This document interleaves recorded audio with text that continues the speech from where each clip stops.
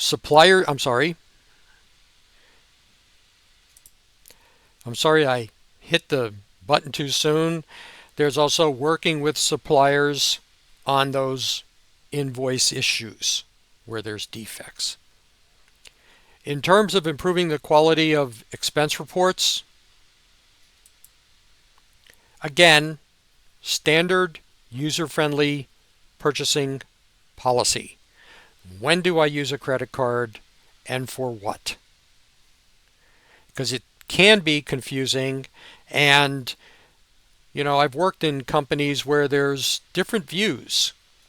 Some people, for example, purchasing wants to have people use credit cards as much as possible because it reduces the burden of their work, whereas, for example, accounting, they don't want that much because they feel like they're losing control. Now, the good thing about employee expense reports and credit card purchases is that most companies use some level and some type of expense management software.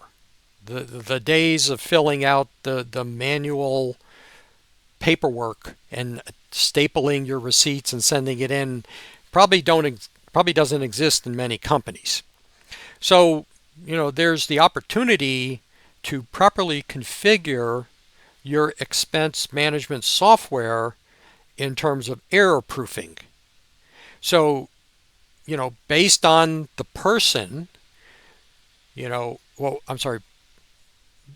in general, you can have required fields. They have to be completed for any expense you're recording, and you cannot go forward without the field being completed.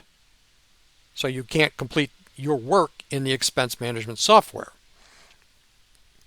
There's also the idea of configuring the drop downs so that, based on the person, they can only charge expenses to certain expense accounts, for example, in the department they work in. So you're error proofing.